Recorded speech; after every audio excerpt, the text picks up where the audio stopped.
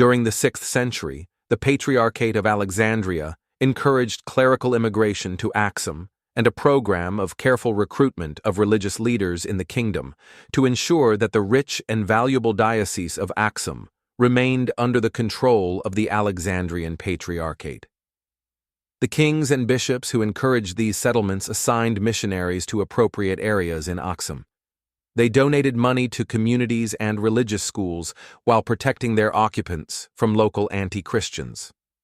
Students of the schools were recruited, ordained, and sent to work in parishes in new Christian areas. There is little evidence about the activities of the daily life of the early Aksumite Church, but it is clear that the essential doctrinal and liturgical traditions were established in the first 4 centuries of its creation. The strength of these traditions was the main driving force behind the Church's survival despite its distance from its patriarch in Alexandria. The Solomonic dynasty's legendary origins come from an Ethiopian account called the Kebre Negast. According to the story, Queen Makeda, who took the Ethiopian throne in the 10th century BC, traveled to Jerusalem to learn to be a good ruler from King Solomon, who was famous worldwide for his wisdom and capabilities as a ruler. King Solomon agreed to take Makeda as his student and taught her how to be a good queen. Queen Makeda was so impressed with Solomon that she converted to Judaism and provided Solomon with many gifts. Before Makeda returned home, the two had a son together.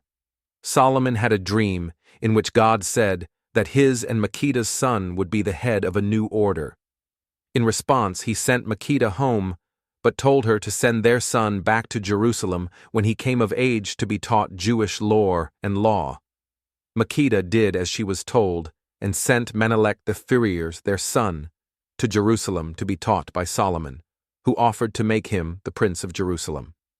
However, Menelik declined and instead returned to Ethiopia, anointed by his father and God to be the king of Ethiopia.